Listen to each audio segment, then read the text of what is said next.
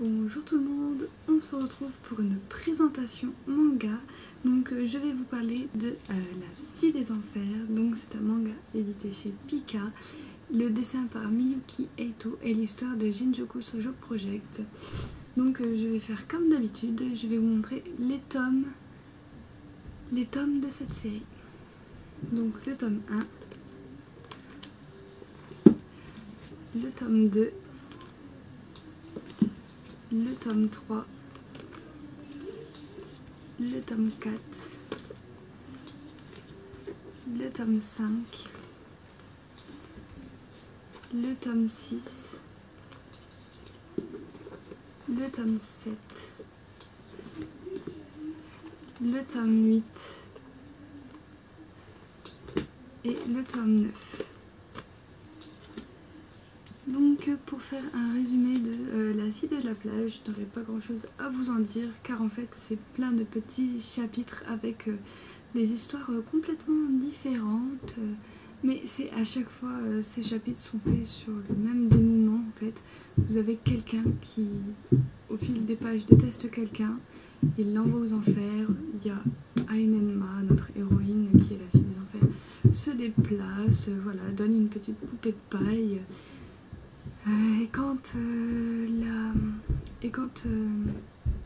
Et celui qui veut l'envoyer en enfer dénoue ce fil et le pacte est scellé, mais il faut savoir qu'il faut un peu donner sa mort en fait aux enfers. Donc c'est-à-dire que celui qui veut envoyer quelqu'un en enfer sera lui aussi à son tour envoyé en enfer. Donc voilà. Donc c'est plein de petits chapitres et ça peut être des vengeances complètement différentes.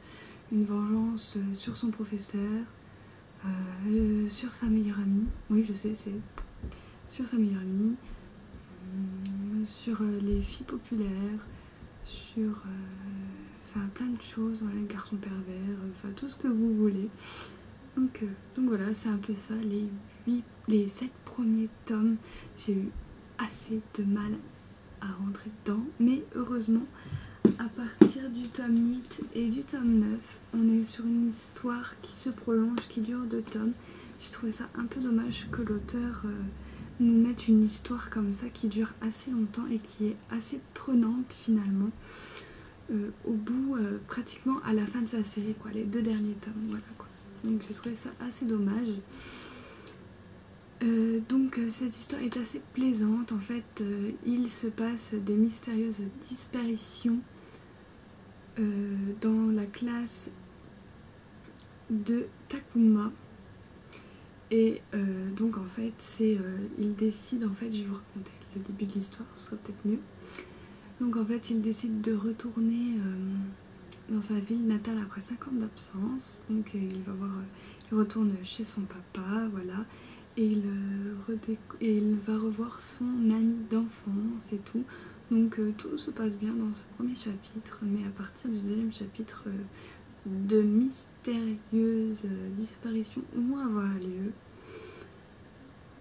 Et finalement, en fait, tout le village va croire que c'est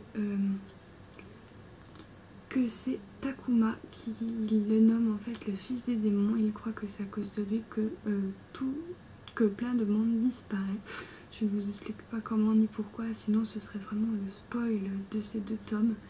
Donc voilà, mais vraiment 2 tomes qui m'ont bien plu. Mais pour La Fille des Enfers, je ne vous conseille pas de vous pencher sur l'occasion du tout, parce qu'elle revient extrêmement cher. Les gens s'amusent à faire grimper les tomes, mais à des prix exorbitants. Enfin voilà, je vous conseille de vous tourner par l'anime qui est toujours dans les magasins, quoi, toujours disponible. Donc voilà. Et pour vous montrer un petit peu le caractère design de l'auteur,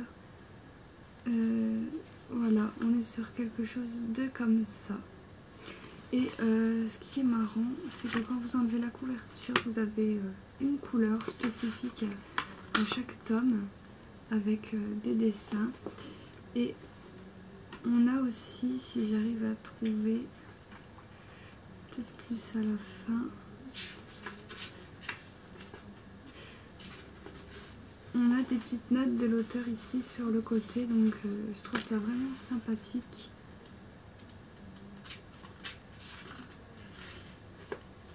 Et on a aussi, que je voulais vous montrer, je trouvais ça intéressant. Mais on n'en a peut-être pas dans ce tome, peut-être du tome 9. Voilà, on a des petites histoires bonus à l'intérieur, j'ai trouvé ça vraiment sympa. Donc voilà, et je vais profiter aussi qu'on parle de la fille des enfers pour vous présenter la nouvelle fille des enfers. Donc voilà, tant qu'à faire, autant tout présenter parce que j'ai tout lu, voilà. Donc la fille des enfers, donc le tome 1.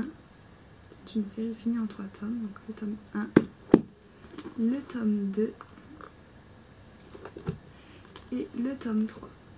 Donc voilà, je trouve les tomes assez beaux, plus beaux que la saison 1. Donc la saison 2 comporte que 3 tomes. Et dans la nouvelle fille des enfers, on est sauvé, on est sur une longue histoire qui fait les 3 tomes. Donc en fait, on suit une fille qui s'appelle Yuzuki. Et donc en fait, sa deuxième saison se passe 10 ans avant la première saison. Donc à 10 ans, la légende sur la fille des enfers est complètement devenue une rumeur, une légende. Les gens n'y croient plus, le site internet n'existe absolument plus. Sauf que Yuzuki, qui est une fille banale, qui va au lycée et tout, va se retrouver en fait à admirer un espèce de papillon tout noir. Et ce papillon tout noir en fait va réussir à rentrer en elle. Et donc ça va faire que le soir elle va faire Courrier des enfers va réapparaître. Et du coup en fait elle va suivre en fait Ayenma dans ses enfants en enfer. Et donc dans le tome 2 elle va lui dire que c'est à son tour de devenir la nouvelle fille des enfers. Donc voilà, donc on s'y attend vraiment pas, mais on arrive à un passage assez sombre de la vie de Yuzuki. Je suis trop nulle avec les prénoms. De Yuzuki, et voilà. Et je peux pas trop vous en dire plus parce que c'est trop spoilant. Donc dans le tome 2 on a un flashback de la vie de Yuzuki et on comprend ce qui lui arrive dans ce tome 2. Et dans le tome 3, finalement, Ayenma a libéré Yuzuki de la fille des enfers. Parce que tout simplement, elle n'y arrivera pas, donc elle lui redonne sa liberté. Et ce qui était dommage, c'est que le tome 3 finit...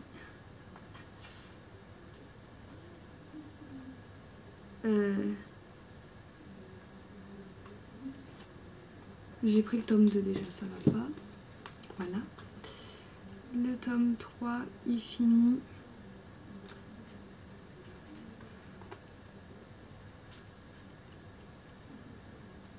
Je me rappelle.